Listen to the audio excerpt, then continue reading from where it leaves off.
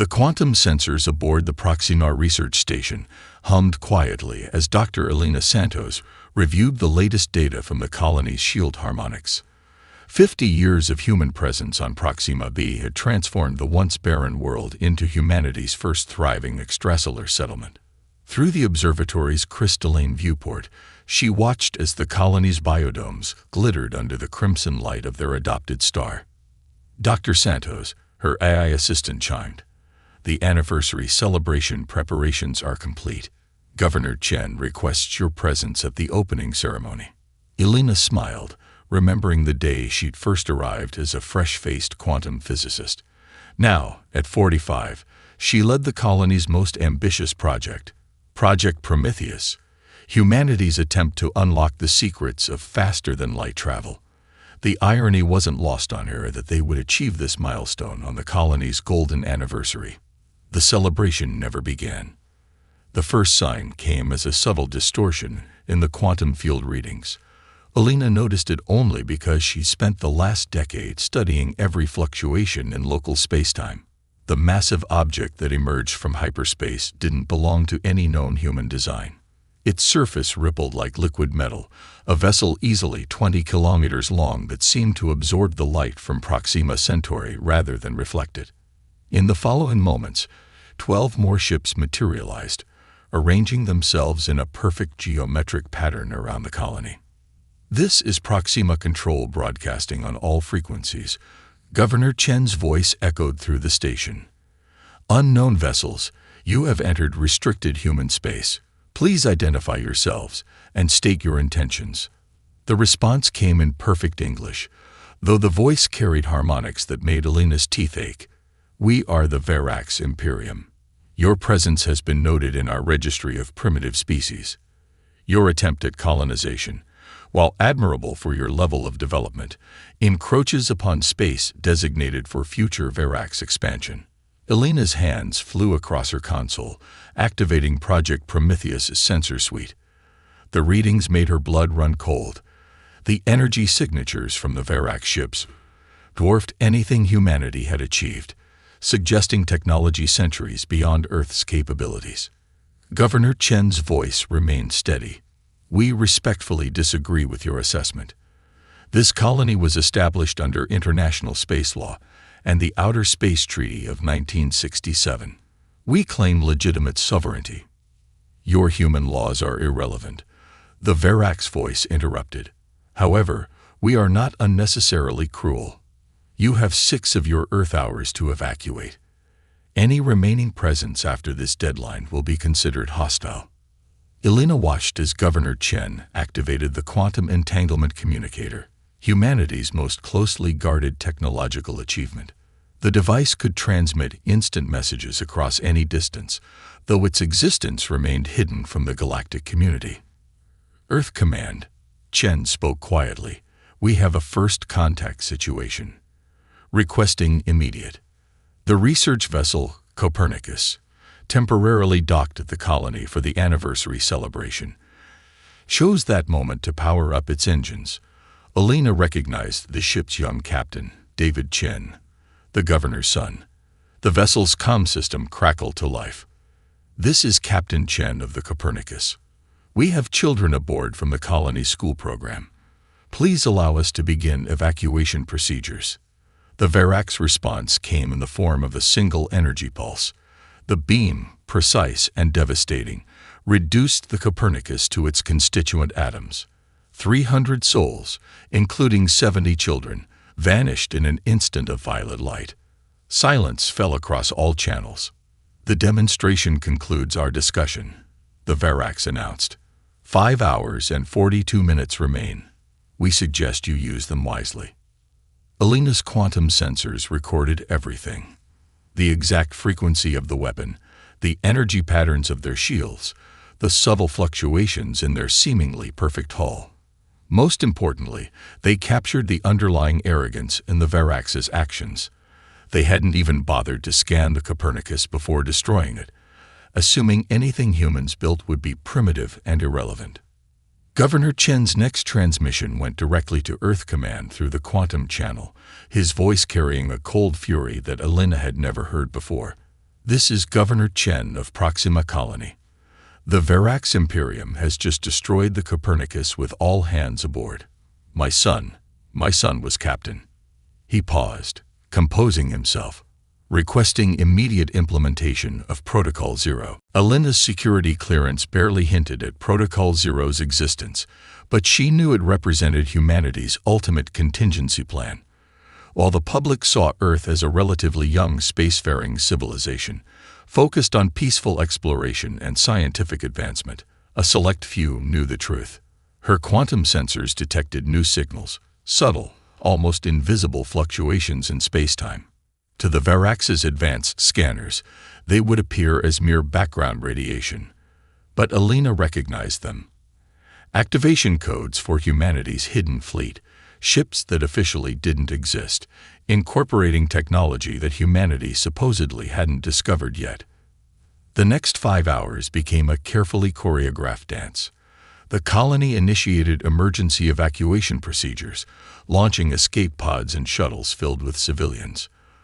The Verax watched with apparent satisfaction, never realizing that each vessel carried more than refugees. Quantum-encoded data streamed from Alina's sensors to Earth Command, providing crucial intelligence about their new enemy.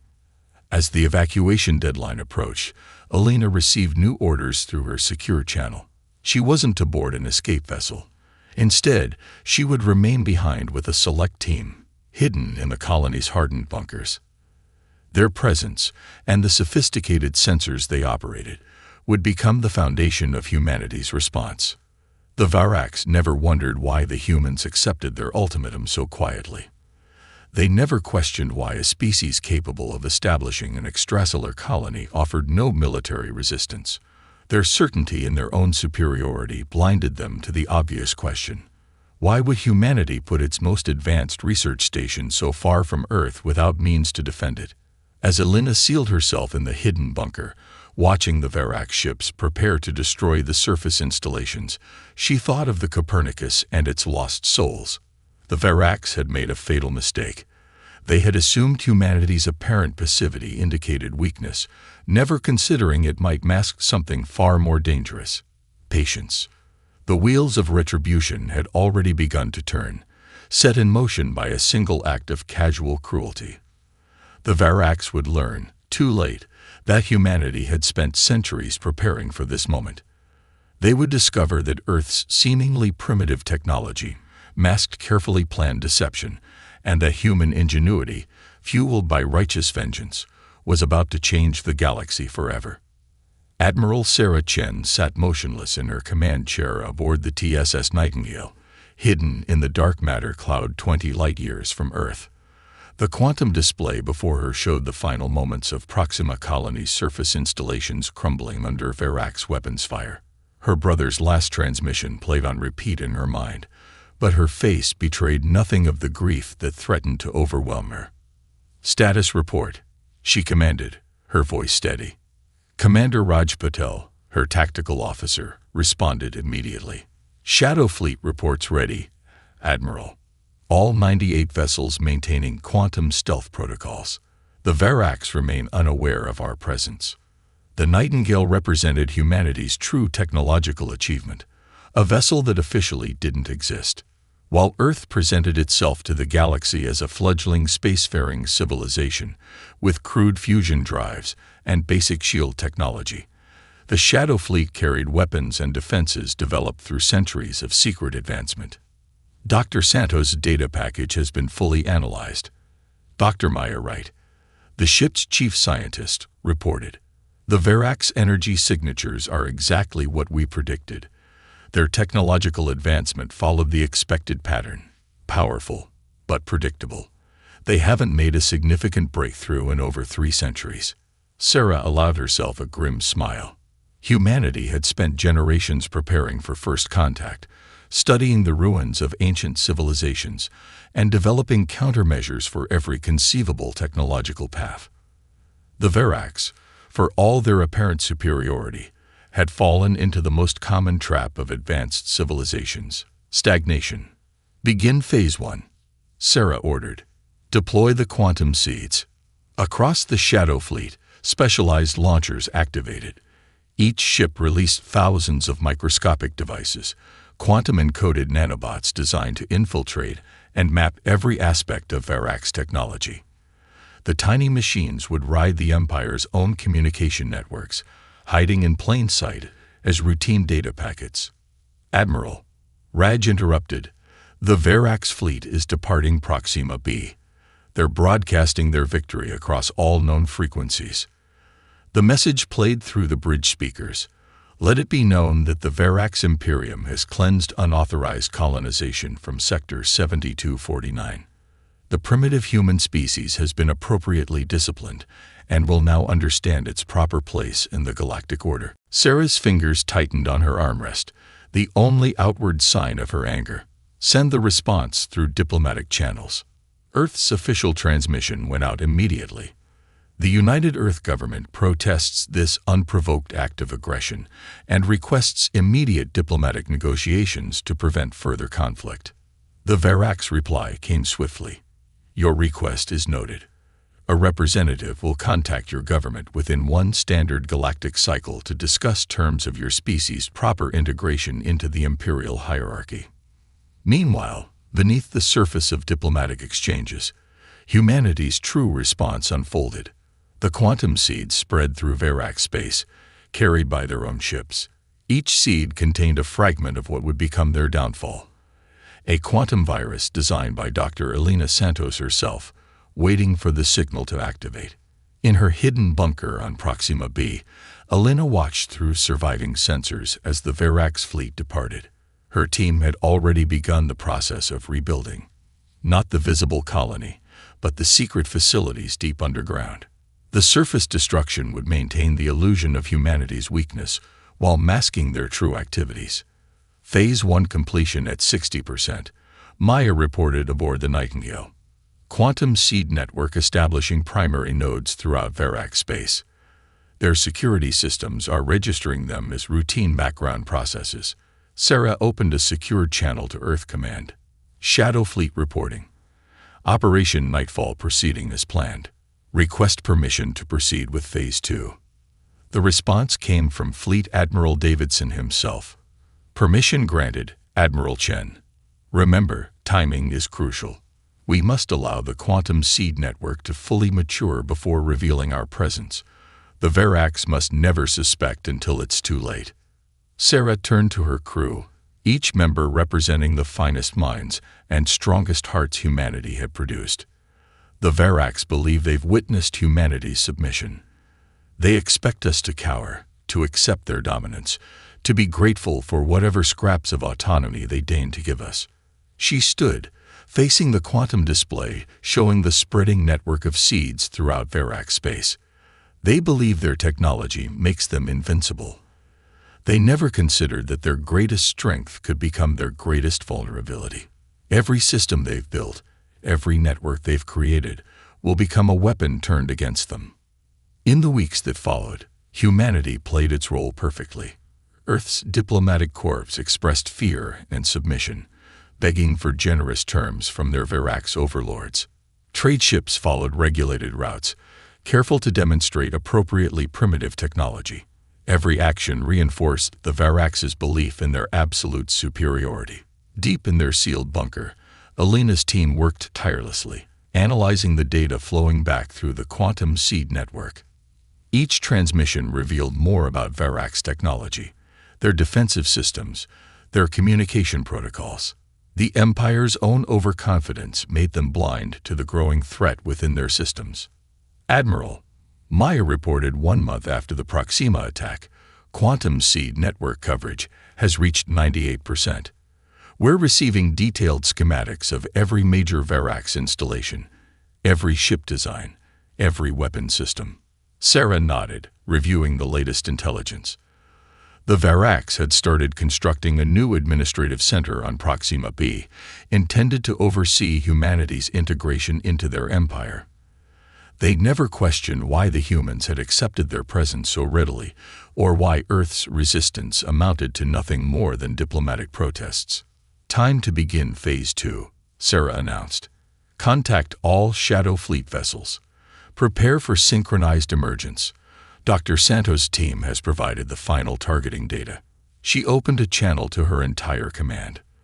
The Verax believe they taught humanity a lesson at Proxima B. They're about to learn that humanity's greatest weapon isn't our technology or our ships. It's our patience, our ability to wait for the perfect moment to strike. The Shadow Fleet began to move, each ship positioning itself near a critical Verax installation. The quantum seeds pulsed silently within the Empire's networks, ready to transform from passive observers into active weapons. The trap was set, waiting only for the signal to close. In her bunker, Alina made the final adjustments to the quantum virus. The Verax would never know what hit them until it was far too late.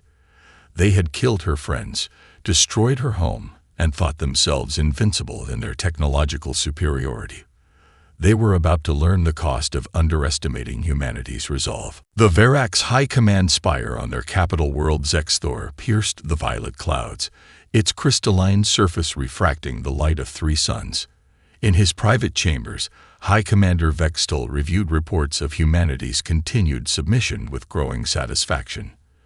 The primitive species had learned its place quickly, offering no resistance beyond futile diplomatic protests. He had no way of knowing that his own quantum processors were broadcasting every detail of his daily routine to hidden receivers light years away. Aboard the Nightingale, Maya Wright analyzed the incoming data stream. "Admiral, the quantum seed network has achieved complete integration. We're receiving real-time intelligence from every major Verax installation, including High Command." Sarah Chen studied the holographic display, showing the vast web of quantum seeds pulsing throughout Verax space. Each point of light represented a node in their invisible network, feeding critical data back to the Shadow Fleet. Status of Phase 2. 97% complete, Raj reported. Dr. Santos's virus has replicated itself throughout their primary and backup systems. We can trigger a cascade failure across their entire empire with a single command. The quantum seeds had performed beyond expectations, exploiting the Verax's greatest weakness, their absolute trust in their technological superiority. The Empire's automated systems had accepted the seeds as routine updates, spreading them from ship to ship, planet to planet, until they reached even the most secure installations. Deep beneath Proxima B's surface, Alina Santos monitored the virus's integration through her quantum-linked terminal. The Verax administrators above her secret bunker continued construction of their new regional headquarters, never detecting the subtle changes in their systems. "Begin final verification sequence," Alina transmitted to the Nightingale. "We need to ensure the virus will affect all their systems simultaneously. We can't risk any warning reaching their emergency protocols." Her team had spent weeks analyzing the Verax command structure, identifying every possible failure point. The Empire's rigid hierarchy and standardized technology had made them vulnerable. Every ship, every weapon, every defensive system relied on the same quantum protocols that Alina's virus could turn against them. Dr. Santos, one of her assistants, called out, "We're detecting unusual activity in the Verax Administrative Center. They're implementing a routine security upgrade." Alina smiled grimly. "Perfect timing. Their own security protocols will distribute the final components of our virus. They're doing our work for us." Across Verax space, automated systems dutifully installed what they believed were standard security updates. Each installation strengthened the invisible web of humanity's revenge, bringing them closer to the moment of revelation.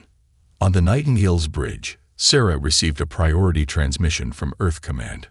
"Admiral Chen, the Verax diplomatic courts has scheduled their first official audience with Earth's government. They intend to formally announce our species' status as a protectorate of their empire." "Acknowledged," Sarah replied. "Timing coordinates with our final preparations. All Shadow Fleet vessels report ready for synchronized emergence." The scope of humanity's deception was absolute.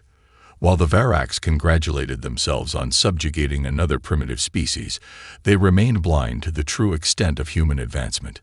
The Shadow Fleet's quantum stealth technology rendered them invisible not just to sensors, but to fundamental space-time detection methods. Alina's latest report appeared on Sarah's display. Virus integration complete. All Verax systems compromised. Awaiting your command for activation. Sarah opened a channel to her entire fleet. All vessels, prepare for Operation Thunderfall. Position yourselves at your designated coordinates. When the virus activates, we'll have exactly 6 minutes before their backup systems attempt to restore control. Every strike must count. The Shadow Fleet moved silently through Verax space, each ship carrying weapons specifically designed to exploit weaknesses in Verax technology. Their quantum drives, far more advanced than the crude fusion engines humanity publicly displayed, allowed them to maneuver without detection. In his crystal spire, High Commander Vextal prepared his speech for Earth's submission ceremony. Let it be recorded, he dictated, that humanity has shown wisdom in accepting their proper place. Their colony's destruction served as an effective lesson in galactic hierarchy. His words transmitted directly to Sarah's bridge through the quantum seed network. She thought of her nephew aboard the Copernicus, of the children who had died because of Verax arrogance. Transmit to all Shadow Fleet vessels, she ordered. Synchronize attack clocks. Phase 3 begins in 10 minutes. Alina's team made their final adjustments to the virus. The quantum code waited like a coiled spring, ready to unleash chaos throughout the Empire's perfectly ordered systems. Every screen, every communication device, every quantum processor would turn against its masters simultaneously. Admiral, Maya reported, quantum seed network showing green across all vectors. The virus is fully primed and awaiting activation signal. Sarah stood at her command station, watching the countdown. The Verax had assumed humanity's apparent weakness reflected their true capabilities. They had never considered that a species capable of establishing an extrasolar colony might have hidden strengths, or that their submission might mask a deeper purpose. All hands, Sarah announced shipwide, prepare for combat operations. The Verax believed they were teaching humanity its place in the galaxy. We're about to show them exactly where that place is. The countdown reached its final minutes. Throughout Verax space, Shadow Fleet vessels silently took their positions near critical military installations. Alina's team stood ready in their underground bunker, preparing to witness the fruits of their labor. The invisible threads of humanity's revenge had been woven through every aspect of the Empire's infrastructure, waiting only for the signal to pull tight. The time for patience was ending. The time for retribution had begun. High Commander Vextal stood before the assembled dignitaries in the Grand Hall of Submission on Zexthor. Representatives from every major galactic power had gathered to witness humanity's formal integration into the Verax Imperium. Earth's diplomatic delegation waited silently, their expressions appropriately humble.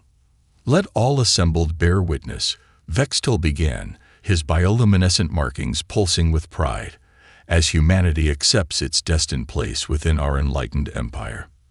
The words triggered an automated broadcast across all Verax frequencies.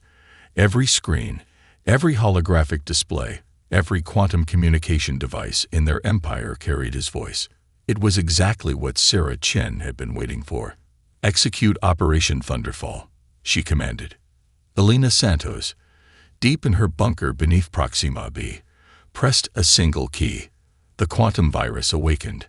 Across Verax space, every system connected to their quantum network began to change. In the Grand Hall, Vextal's speech dissolved into static. The massive displays behind him flickered, then showed something that froze the blood in his veins. Footage from the destruction of the Copernicus. What is the meaning of this? He demanded. The images shifted, showing children's faces, every soul lost aboard the research vessel. A human voice, cold and clear, echoed through the hall. You believed your action at Proxima B would teach humanity its place. You were correct. Allow us to demonstrate what we learned.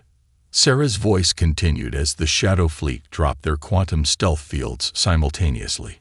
98 warships, each larger and more advanced than anything the Verax had ever encountered, appeared in perfect attack position around their most critical military installations.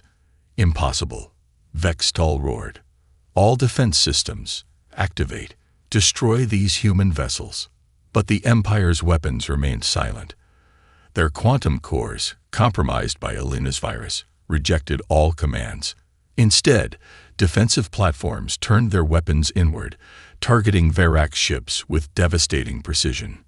Admiral, Raj reported aboard the Nightingale, Phase 3 proceeding as planned. All Verax military installations have been neutralized. Their entire command and control network is under our control. The human diplomatic delegation in the Grand Hall stood, their humble expressions replaced with cold determination. Their leader addressed the assembled aliens. The Verax Imperium demonstrated their power by destroying an unarmed research vessel carrying children. Now, witness humanity's response. Throughout Verax space, Alina's virus displayed the same message on every screen. Detailed schematics of their own technology, annotated with human improvements. The message was clear. Humanity hadn't just matched their level of advancement. They had surpassed it long ago. Your Empire's greatest weakness, Sarah's voice continued broadcasting, was your certainty in your own superiority. You never questioned why a species capable of establishing an extrasolar colony would have such primitive defenses. You never wondered why we accepted your presence so quietly. The Shadow Fleet began precisely targeted strikes.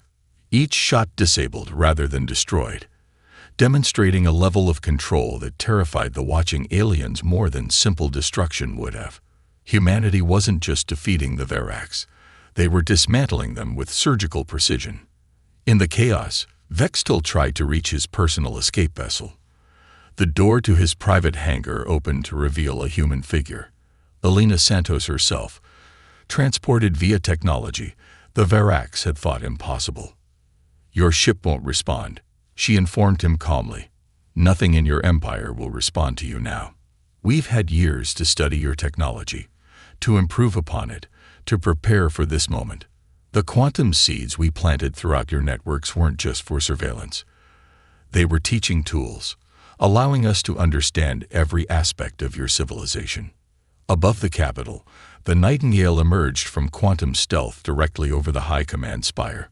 Sarah opened a channel to all frequencies, to all citizens of the Verax Imperium. Your military capabilities have been neutralized. Your leadership is in custody. Your technology is under our control.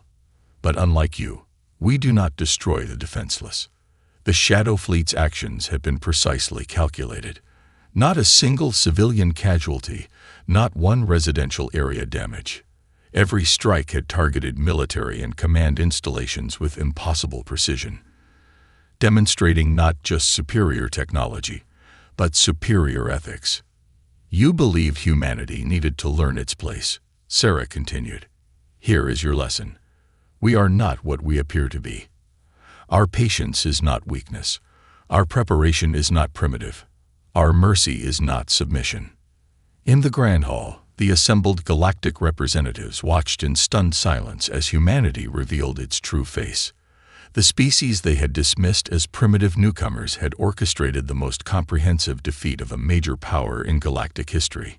Alina approached Vextel, holding a quantum tablet displaying the final casualty count from the Copernicus. 300 lives, she said quietly. That's what your Empire traded itself for. 300 innocent lives that you thought wouldn't matter. The Verax High Commander stared at the images of the children, understanding finally dawning in his eyes. You could have prevented the attack. You had this capability all along. Yes, Alina replied. But then you wouldn't have learned the lesson we needed to teach. Humanity's place in the galaxy isn't what you thought it was. We're not here to submit. We're here to ensure that no species ever again mistakes technological advancement for the right to dominate others. Above, Sarah ordered the final phase of Operation Thunderfall. Throughout Verax space, quantum cores began to reactivate, but now they operated on human protocols, untouchable by their former masters. The empire that had thought itself invincible found itself completely at the mercy of those it had underestimated. Let this be recorded in galactic history, Sarah broadcast to the assembled representatives. Humanity's response to aggression is not always swift, but it is always certain. We have the patience to wait, the wisdom to prepare, and the power to act. Remember this day. Remember why it came. And remember what happens when you mistake patience for weakness. 1 year after Operation Thunderfall, the rebuilt Proxima colony gleamed under its crimson sun. The memorial garden, centered around a quantum-suspended fragment of the Copernicus, served as both a reminder of loss and a symbol of humanity's emergence from the shadows. Elena Santos stood before the assembled representatives of the Galactic Council, no longer hidden in an underground bunker, but proudly displaying humanity's true technological achievements. The chamber, constructed using a perfect blend of human and Varax technology, represented the new order they had established. The integration of former Varax territories continues as planned, she reported. Their civilian populations have adapted well to the transition, particularly after learning how their leadership had stagnated their technological development to maintain control. The council chamber's quantum displays showed the progress. Former Varax worlds flourishing under new administration, their people discovering that humanity's version of their technology offered capabilities their leaders had deliberately suppressed. Admiral Sarah Chen, now serving as Earth's primary representative to the Council, stood to address the Assembly. 1 year ago, humanity revealed its true nature to the galaxy.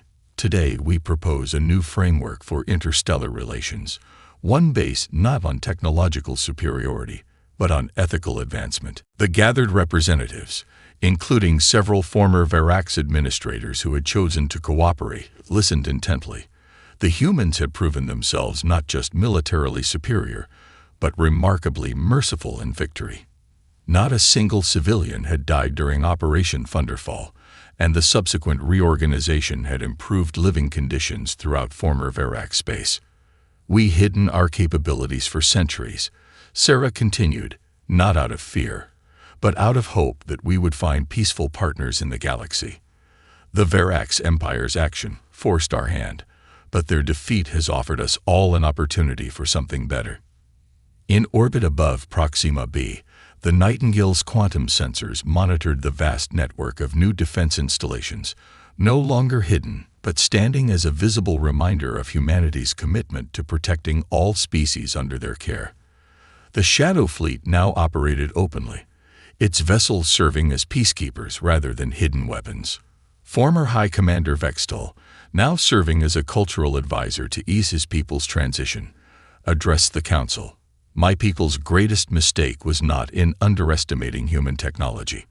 It was in failing to understand that true advancement lies not in the weapons we build, but in how we choose to use them. Elena activated a holographic display showing the new quantum network spanning former Varax space.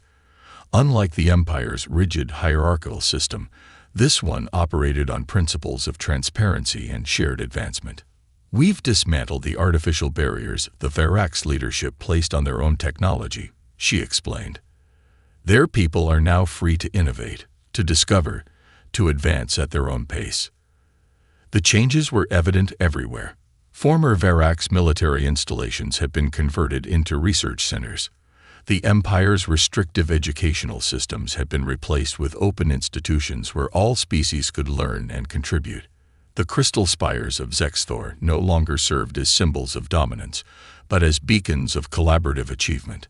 Humanity's greatest strength, Sarah addressed the council, was never our hidden fleet or our advanced technology.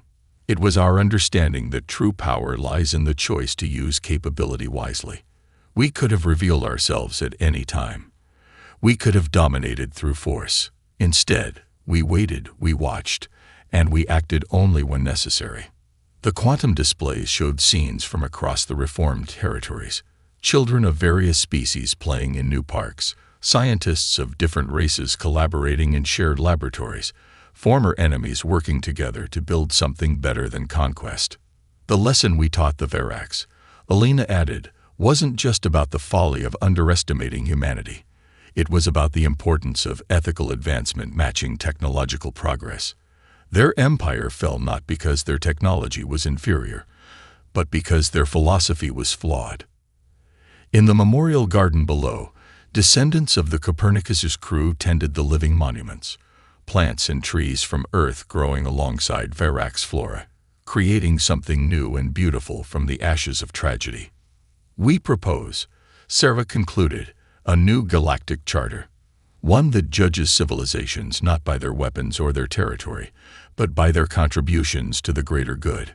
Humanity emerged from hiding not to rule but to guide, not to dominate, but to protect.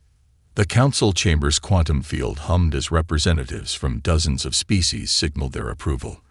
The galaxy had witnessed humanity's power in the precise dismantling of the Verax Empire.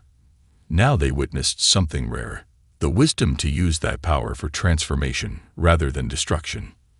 Let the record show, Elena declared, that humanity's place in the galaxy is not as conquerors or subjects, but as guardians of a simple truth. The strongest civilizations are not those that can destroy, but those that choose to build. The Verax Empire taught us that power without wisdom brings destruction. We teach in return that wisdom without fear brings progress. As the council session concluded, Sarah stood at the Memorial Garden's edge, watching the binary sunset of Proxima Centauri. The fragment of the Copernicus sparkled in its quantum suspension, a reminder of the price paid for this new era. But around it, life flourished, human and alien children learning together, former enemies working as allies, a galaxy beginning to understand that humanity's greatest weapon had never been its hidden fleet or advanced technology.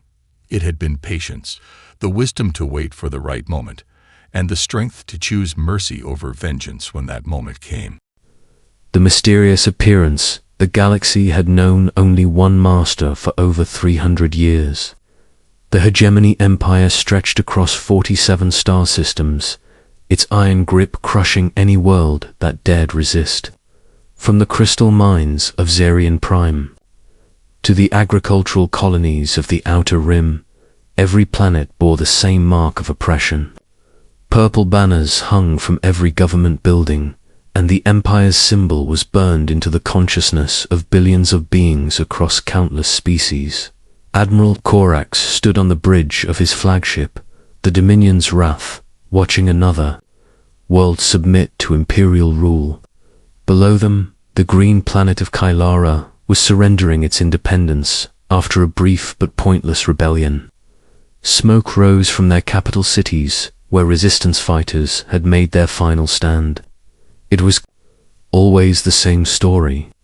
Hope followed by defeat, freedom followed by chains. The Hegemony had perfected the art of conquest. Their ships were massive, bristling with weapons that could crack planets in half.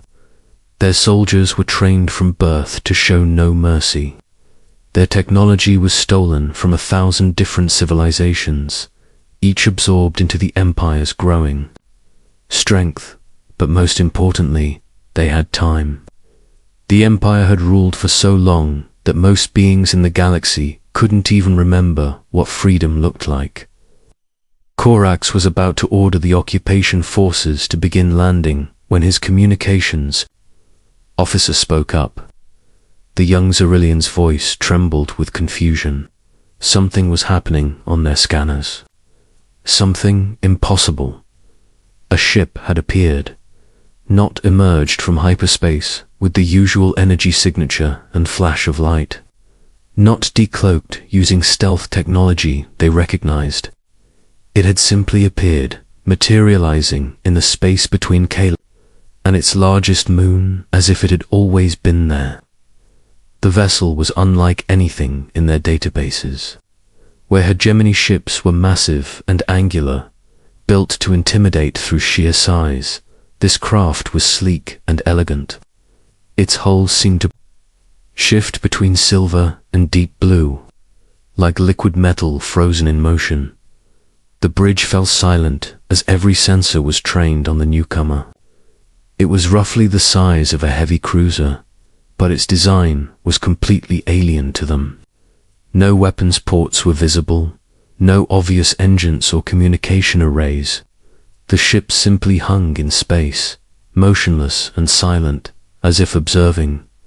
Corax felt a chill run down his spine. In 3 decades of military service, He had never encountered a vessel his computers couldn't identify. The Hegemony's database contained the technical specifications of every known ship class in the galaxy. This thing wasn't in there. The Admiral ordered his communications team to establish contact. Standard hailing frequencies produced only static. They tried every known language protocol, from ancient Altarian to modern galactic standard. Mysterious ship gave no response. It was as if their signals were being absorbed into a void. Captain Vex, the Emperor's nephew and second in command, suggested they were dealing with some kind of derelict vessel, perhaps an ancient ship from one of the lost civilizations, drifting through space for centuries until it finally arrived here. But the ship's hull showed no signs of age or damage.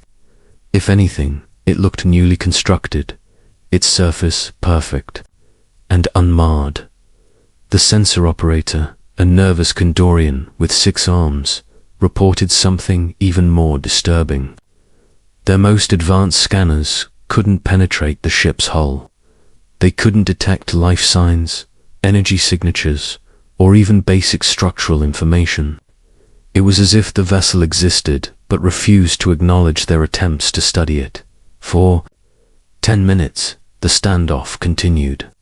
The massive Imperial fleet, over 200 ships strong, faced off against a single unknown vessel that seemed completely uninterested in their presence.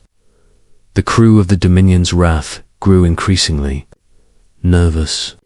Some whispered that it might be a trap.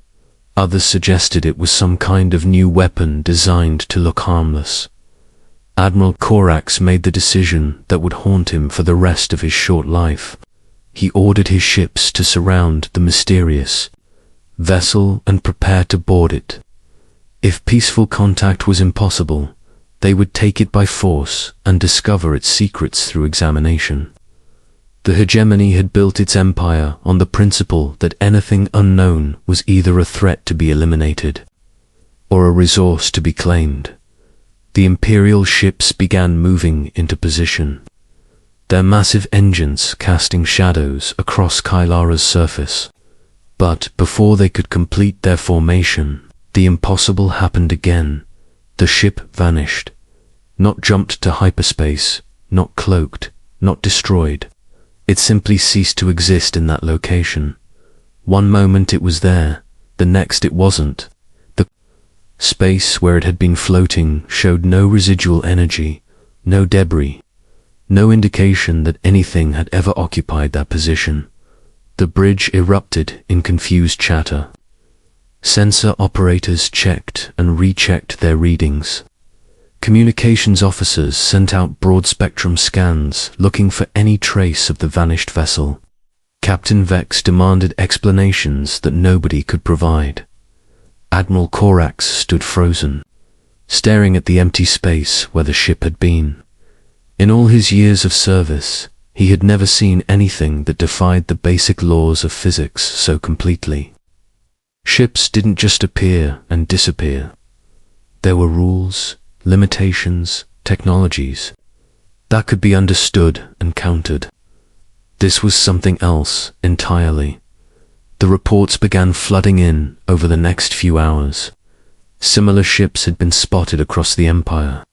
A mining station in the Hegemony's core worlds reported a vessel matching the same description hovering near their asteroid fields for exactly 7 minutes before vanishing. A patrol fleet in the distant Vega sector encountered 3 of the mysterious ships arranged in perfect formation, gone before they could react. But the most disturbing report came from the capital world itself. The unknown vessel had appeared directly above the Emperor's palace, hanging motionless in the planet's upper atmosphere for nearly an hour. Every defense platform in the system had targeted it. Every weapon had been charged and ready to fire. But something had held them back. Not fear, exactly, but a sense that attacking this ship would be crossing a line. They weren't ready to cross. Emperor Vex. himself had watched from his throne room's observation deck as the sleek craft floated above his domain. He was an ancient being, even by the standards of his long-lived species, and he had seen the rise and fall of countless civilizations. But he had never encountered anything that filled him with such uncertainty. The ship had remained perfectly still, making no aggressive moves, sending no messages, giving no indication of its intentions. And then, just as suddenly as it had arrived, it was gone. The Emperor's advisors assured him it was probably some kind of probe from a previously unknown civilization. Nothing more than advanced reconnaissance, but deep in his bones, Emperor Vex felt something he hadn't experienced in centuries. Fear. The Imperial intelligence networks went into overdrive, searching through ancient archives and classified files for any reference to ships matching this description. They found nothing. No lost civilization had ever built vessels with these capabilities. No known technology could explain how they appeared and disappeared at will. Some of the Emperor's oldest advisors whispered about legends they had heard as children. Stories of a race that had once challenged the Empire in its early days, a species so dangerous that they had been completely eradicated rather than enslaved. The official records called them terrorists and pirates, beings who refused to accept the natural order of imperial rule. But the legends spoke of something different. They called this lost race explorers and innovators, builders of impossible technologies and dreamers of freedom. The stories claimed they had possessed ships that could travel between stars in ways that defied understanding, weapons that could destroy worlds without leaving a trace, and most dangerous of all, ideas that inspired others to rebellion. These legends had a name for the lost race. They called them humans. The Imperial archives contained only fragments about the human extinction. The official version stated that they had been eliminated 3 centuries ago during the Great Purge, when the Empire had cleansed several star systems of undesirable species. But the details were classified far above even Admiral Corax's security clearance. As the mysterious sightings continued across the galaxy, a pattern began to emerge. The unknown ships appeared most frequently near worlds that had recently been conquered or were showing signs of unrest. They never attacked, never interfered directly, but their presence seemed to inspire something in the oppressed populations. Rebellion broke out on 7 worlds in a single week. Not the usual desperate uprisings that the Empire easily crushed, but coordinated resistance movements that seemed to know exactly where to strike and when to retreat. They targeted supply lines, communication networks, and administrative centers with surgical precision, then vanished before Imperial forces could respond. Admiral Corax found himself reassigned from conquest duties to hunting phantoms. His massive fleet, designed to intimidate entire worlds into submission, proved useless against an enemy that refused to stand and fight. The mysterious ships continued, their appearances, each sighting lasting just long enough to be recorded before they disappeared into nothingness. The Empire's response grew increasingly desperate. They deployed their most advanced sensor networks, stationed fleets at every major hyperspace junction, and offered massive rewards for any information about the unknown vessels. But the ships came and went as they pleased, following no pattern that Imperial strategists could predict. And with each appearance, more worlds began to stir. Populations that had accepted Imperial rule for generations started asking dangerous questions. If there was something out there that the Empire couldn't catch or destroy, what did that say about the Empire's invincibility? If these mysterious vessels could appear anywhere at will, what other impossible things might be possible? The Emperor called an emergency session of his war council. the first time in 50 years that such a meeting had been convened. In the throne room of the palace, surrounded by his most trusted generals and advisors, he demanded answers that nobody could provide. The unknown ships represented something the hegemony empire had never faced before. Not a conventional enemy, with fleets to destroy and worlds to conquer, but an idea. The idea that the empire might not be as powerful as it claimed. The idea that somewhere in the vast galaxy there might be forces beyond imperial control. As the meeting continued through the night, none of the assembled leaders could have imagined the truth. The sleek vessels that had been haunting their empire belonged to a civilization they thought they had destroyed forever. And those ships weren't scouts or probes. They were the harbingers of humanity's return. The empire's downfall 300 years ago. Humanity had been driven from the galaxy in what the hegemony empire called the Great Purge. The official records painted humans as violent primitives who refused to accept civilized rule. But the truth was far different, hidden in classified archives that only the emperor himself could access. Humans had been explorers, scientists, and dreamers. They had developed technologies that the empire couldn't understand or control. Worse still, they had spread ideas of freedom and self-determination wherever they traveled. Their very existence had threatened the foundation of imperial rule, so the decision was made to eliminate them entirely. The purge had been swift and brutal. Human colonies were burned from orbit, their ships hunted down across the galaxy, their people scattered to the void. The empire believed it had succeeded completely, but they had underestimated humanity's greatest strength. The refusal to give up. Captain Sarah Chen stood on the bridge of the Pathfinder, watching the Imperial fleet scramble in response to their latest appearance. The sleek human vessel hung motionless above the mining world of Zerion Prime, its advanced cloaking systems making it invisible to all but the most sophisticated sensors. Even when the Imperials detected them, their scans revealed nothing useful. 3 centuries in the deep void beyond the galaxy's edge had changed humanity. The survivors who had escaped the purge had spent generations developing new technologies, driven by the dream of one day returning to free the worlds they had left behind.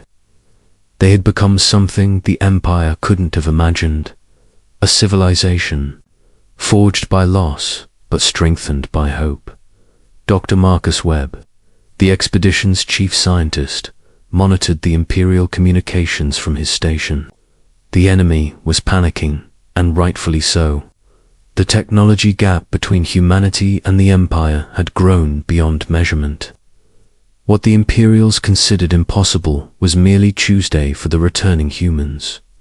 The Pathfinder's quantum displacement drive allowed it to exist in multiple dimensional states simultaneously. To the Imperials, it appeared and disappeared at will. But the truth was that it was always there, simply shifting between layers of reality that their primitive sensors couldn't detect. The ship could observe without being observed, strike without warning, and vanish before retaliation was possible. But technology alone wasn't humanity's secret weapon. Captain Chen had spent months studying the Empire's current state, identifying its weaknesses and the suffering it caused. The Imperials ruled through fear and overwhelming force, but they had grown complacent. They couldn't imagine being challenged by anything. They couldn't simply crush with superior numbers.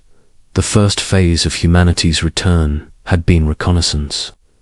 The mysterious appearances across the galaxy served multiple purposes: gathering intelligence, testing Imperial responses, and most importantly, letting the oppressed populations know that someone was watching.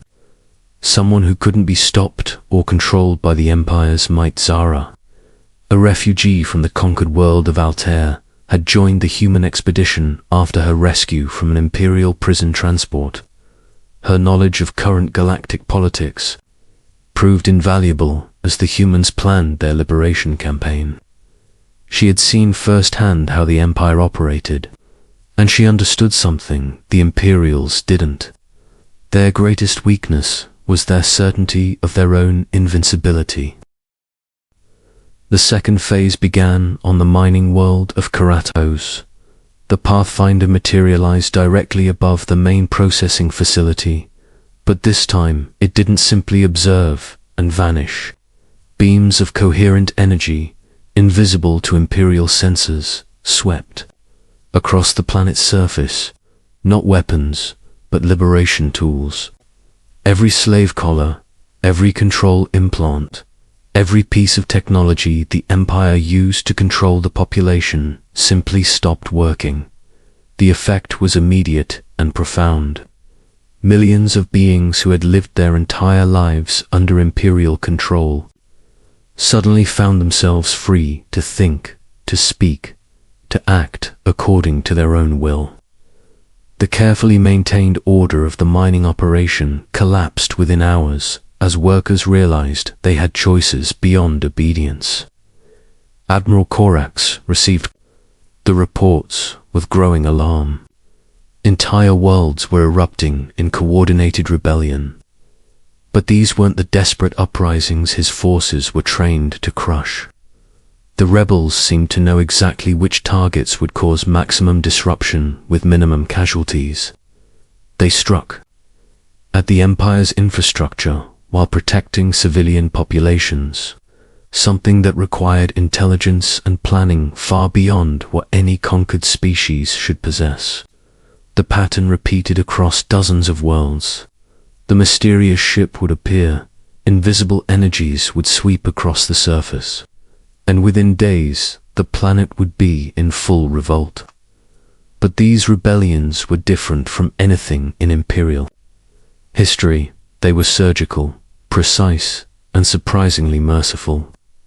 Imperial administrators found themselves stripped of their authority, but unharmed.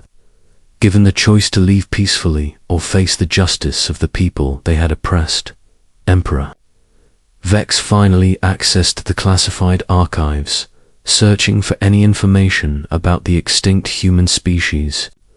What he found there made his ancient blood run cold. The humans hadn't been primitive savages at all. They had possessed technologies that the Empire's scientists still couldn't replicate 3 centuries later. Their ships had been capable of feats that defied known physics. Most disturbing of all, they had inspired fierce loyalty in every species they encountered. The Emperor realized with growing horror that the Great Purge might not have been as successful as the official records claimed. If even a small number of humans had escaped into the void beyond the galaxy, they would have had 300 years to develop their technologies further, 300 years to plan their return, 300 years to prepare for revenge. But revenge wasn't what the humans sought. Captain Chen's orders were clear: liberate the oppressed, offer clemency to those who surrendered peacefully, and build something better from the ashes of tyranny. Humanity had learned harsh lessons from their exile, and they wouldn't repeat the Empire's mistakes. The liberation of the Vega sector marked the beginning of the end for Imperial rule. 12 star systems declared independence simultaneously. Their populations united behind leaders who had been secretly trained by human advisors. The Imperial fleets sent to crush these rebellions found themselves facing coordinated resistance backed by technology they couldn't counter. Admiral Flagship, the Dominion's Wrath, led the largest punitive expedition in Imperial history. 2,000 ships, carrying enough firepower to sterilize entire worlds, converged on the rebel stronghold of New Geneva. But when they arrived, they found something impossible: a human fleet waiting for them. 50 ships hung in formation around the liberated world, each one sleek and elegant like the mysterious vessel that had started it all. But these weren't scouts or reconnaissance craft. They were warships, built with 3 centuries of accumulated knowledge and driven by humanity's determination to never again flee from tyranny. The battle lasted less than an hour. Imperial weapons, designed to overwhelm enemies through sheer destructive power, proved useless against human defensive systems that redirected energy attacks back at their sources. Imperial ships, massive and heavily armored, couldn't match the speed and maneuverability of human vessels that seemed to dance between dimensions. But the most shocking aspect of the battle wasn't the technological disparity, it was humanity's restraint. Rather than destroying the Imperial fleet outright, the human ships systematically disabled their opponents, targeting weapons and engines while leaving life support intact. When Admiral Corax's flagship was crippled and drifting, he received a transmission in perfect galactic standard. Captain Chen's face appeared on his view screen, and for the first time in his military career, Admiral Corax found himself looking at a human being. She was younger than he had expected, with kind eyes that held depths of sadness and determination. When she spoke, her voice carried the weight of centuries of exile and the hope of eventual redemption. The human captain offered terms that the Admiral couldn't believe. Surrender peacefully, and the Imperial crews would be allowed to leave unharmed. Join the growing alliance of free worlds, and they would be welcomed as equals rather than conquerors. Continue to serve the Empire, and they would be stopped but not destroyed. Across the galaxy, similar scenes played out as human ships appeared at every major Imperial stronghold. The Empire's military might, built over centuries of conquest, crumbled in the face of an enemy that fought not for dominance but for liberation.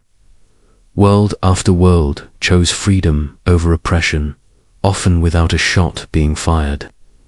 Emperor Vex made his final stand from the throne world itself, surrounded by the last loyal fleets and protected by defensive systems that had never been breached. But humanity had learned patience during their long exile. They didn't assault the imperial capital with overwhelming force. Instead, they simply waited, broadcasting the truth about the Empire's crimes to every citizen on every world. The revolution came from within. Imperial citizens, learning for the first time about the genocide committed in their name, rose up against their own government. The palace guards, discovering that their families had been systematically lied to for generations, laid down their weapons. Even the Emperor's own advisors abandoned him when they realized the scope of the atrocities they had enabled. In the end, Emperor Vex stood alone in his throne room, watching through the great windows as human ships descended through the atmosphere like silver angels. He could have activated the planet's self-destruct systems, taking billions of lives in a final act of spite. Instead, he chose to surrender, hoping that humanity's mercy extended even to those who had ordered their extinction. Captain Chen herself came to accept the Emperor's surrender, walking into the throne room that had been the center of galactic tyranny for over 3 centuries. She was accompanied by representatives from dozens of species, beings whose worlds had been freed by humanity's return. But there were no human supremacists among them, no desire to replace one empire with another. The document that ended the Hegemony Empire and established the Galactic Federation was simple in its language, but profound in its implications. It guaranteed the right of every world to govern itself, the protection of individual liberty regardless of species, and the promise that never again would genocide be committed in the name of order. Dr. Webb established research stations where human and alien scientists worked together, sharing knowledge freely rather than hoarding it for military advantage. Zara became one of the first ambassadors to the newly formed Federation Council, helping to build bridges between species that had been enemies under Imperial rule. The transformation wasn't instantaneous or without challenges. Centuries of oppression had left deep scars, and not every world embraced the new freedoms immediately.